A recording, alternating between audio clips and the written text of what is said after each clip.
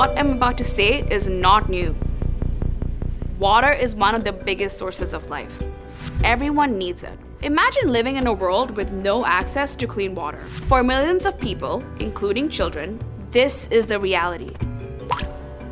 Every day, 1,000 children die because of unsafe water and sanitation. This is because they don't have a choice and do not have access to proper sanitation and hygiene facilities. Diseases like cholera, typhoid, and dysentery spread through water, and they can kill children.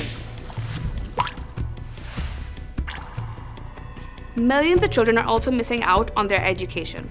3 out of 10 schools in the world don't have access to safe water and sanitation. Students in these schools are then more likely to fall ill, miss class, and drop out. Menstruating students also cannot manage their periods in a healthy and dignified way. In areas of conflict, children are 20 times more likely to die from diseases linked to unsafe water and sanitation than from violence, because wars wipe out water and sanitation infrastructure, leading to disease and death. Continued droughts, floods, conflicts, and famine, often worsened by climate change, are increasing water insecurity for millions. The main fact is this: no one stands to suffer more than children.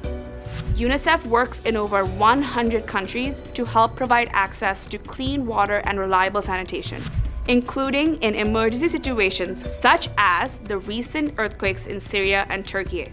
But we need more water action from our governments. To all the world leaders at the UN Water Conference, the clock is ticking and the world is at a tipping point.